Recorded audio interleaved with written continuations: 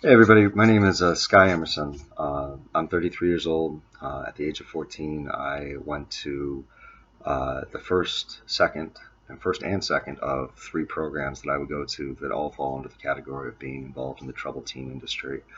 Um, I'm going to try and keep this relatively brief, but this is my effort at sharing my personal survivor story um, from those places, what it did to me, what the experience was like in support of Breaking Code Silence and iseeyousurvivor.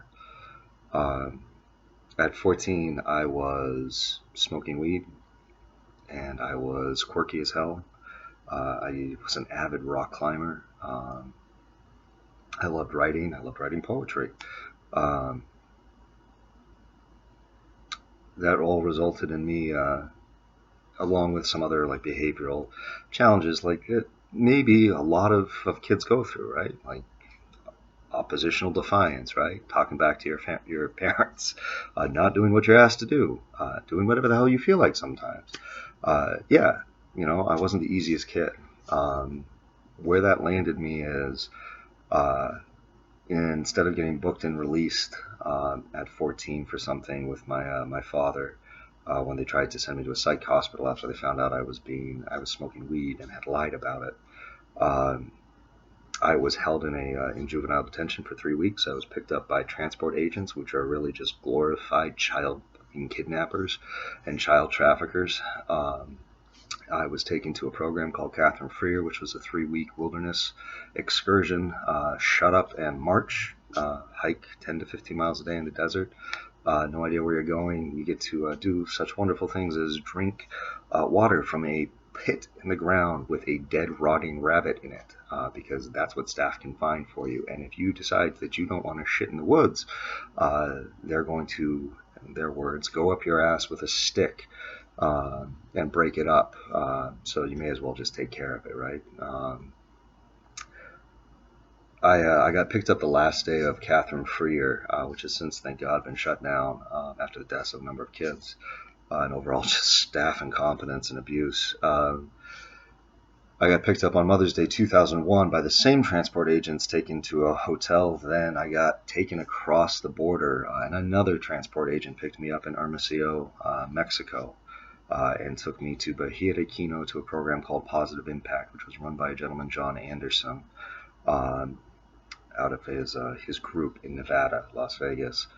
Uh, you walk in through the doors or get walked in through the doors, glasses get taken, belt gets taken, clothes get taken, strip searched again. I mean, after getting told to do everything down to lift them up and cough over at Catherine Freer at 14. Um, I'm at this house, Casa. I'm sorry, Vita House, and it's got 12-foot walls topped with broken glass, and there's bars on the window, and you come to find out over the course of time, there's no air conditioning, there's no fans, there's nothing like that. So you're going to spend I spent the next nearly 18 months at night waiting for a roommate to soak me in Gold Bond to try and cool down enough, and waking up in the morning with sweat, salt outlines of my body on the bed, just like everybody else. My parents and family were told this was a therapeutic school to help troubled kids, that we get a proper education. I got taught a lot of things, namely and most directly is I got taught how to hurt other people and be hurt by other people and to call it love. I got taught to not have boundaries, to not let other people have boundaries, and not be okay if they tried to establish them.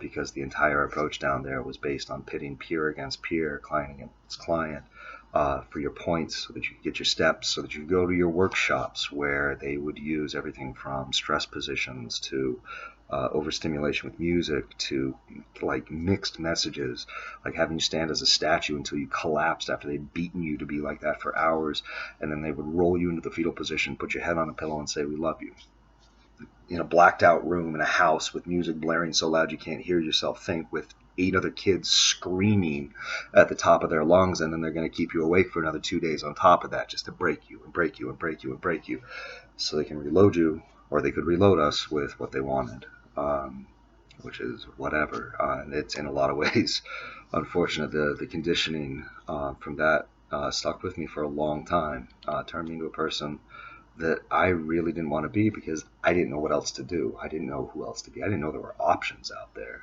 And I didn't know how to actually pursue options. I just became this automaton. I wasn't a real person. Um, but I knew how to hurt people and call it love, right? And that lasted for years and years. Um, Punishments down at the program. You could get restrained. You could get drugged with Seroquel, hardcore antipsychotic medication, and knocked out drooling at a table.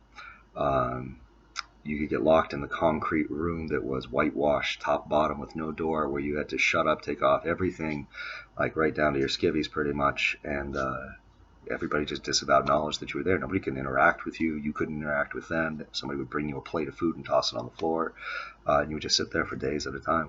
I saw one kid sit there for 30 days.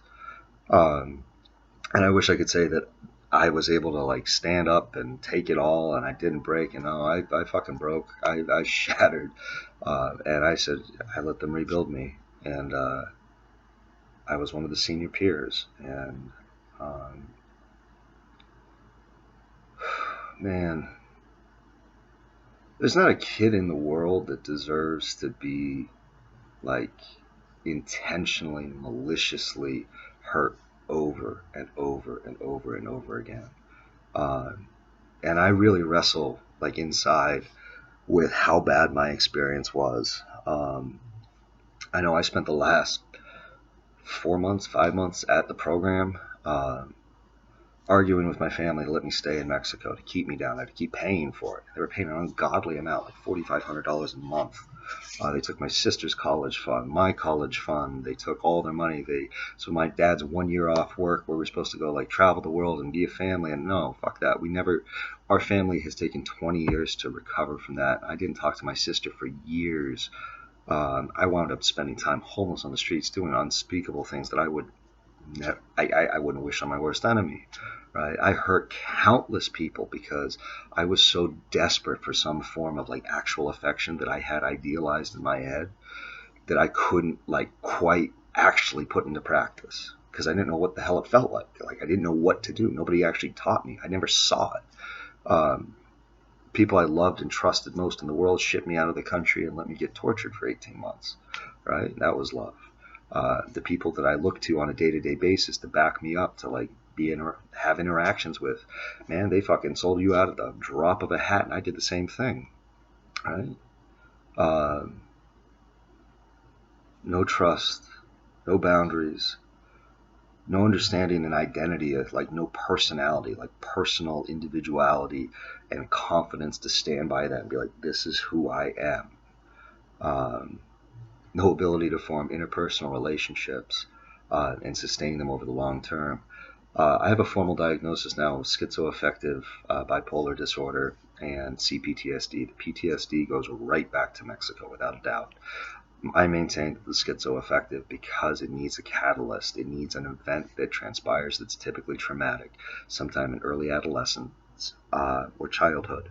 And I believe Mexico, without that experience in my life, I wouldn't have endured a 12-month psychosis where I lost everything, was incapable of functioning in any way, shape, or form, was totally dependent on my ex-wife, and would wake up in the morning and just burst into tears because I couldn't face one more day where I felt like I was in an experiment, where I was being conditioned and I was being formatted and I was being trained, just like in Mexico, just like in the programs. My deepest, darkest fears and hallucinations were all based on what happened down there. It left me a hollow shell of an individual. And I do have some good quirks and good moments and things like that, and positive intentions. That the road to hell is paved with positive intentions or good intentions. I never learned how to just be okay with being me.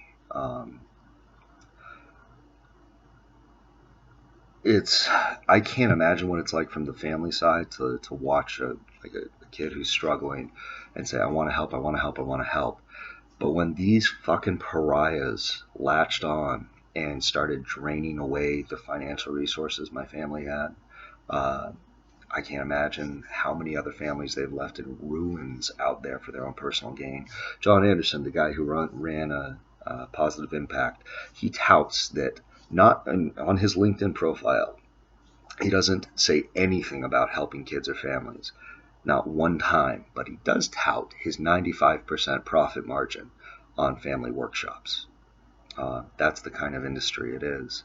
And there's not a kid in the world. I don't care what the hell they're doing. I don't care what they've started to act out like, if they're doing drugs, whatever it is. Love them. Give them some love, time, action. Like, I am so desperate for love after that experience and trying to understand what that actually meant in a real fashion, that I went through some really horrible relationships where I was the root cause. And a lot of them shared blame on some of them, but man, I had no idea what the hell I was looking for. I was looking for a way to belong, and because I had no identity and no boundary, no way to form that, no basis, no foundation to build off of, I wound up as just this seething ball of just hatred and insanity and anger and drugs, because I got told I'm an addict. 14 years old, I've been smoking weed for 9 months, I'm an addict. Gotta be. That's it. You know, you're going to go to AA meetings and NA meetings for the rest of your life. You're going to do drugs, and you're going to be like an addict. Like, that was the only identity that I got out of that, and being mentally ill. Like, I'm crazy. I was depressed before I got there. Now I've got bipolar. All of a sudden, great. Now I need to be on all these antipsychotics and put on 80 pounds and sleep 23 hours a day. Like, there's so much damage done to a child when you put them through that situation. And for me, I am still struggling internally, externally, to not defend the programs to myself, like to not just accept it, but to actually stand up and make sure that it counts for something and that somebody else doesn't have to go through that, because what they do is wrong. They torture children for money. That's what the industry's about. They don't give a shit about the success or anything like that. The longer your kid stays sick, the longer I stayed sick, and unacceptable by whatever standards, the more money they made.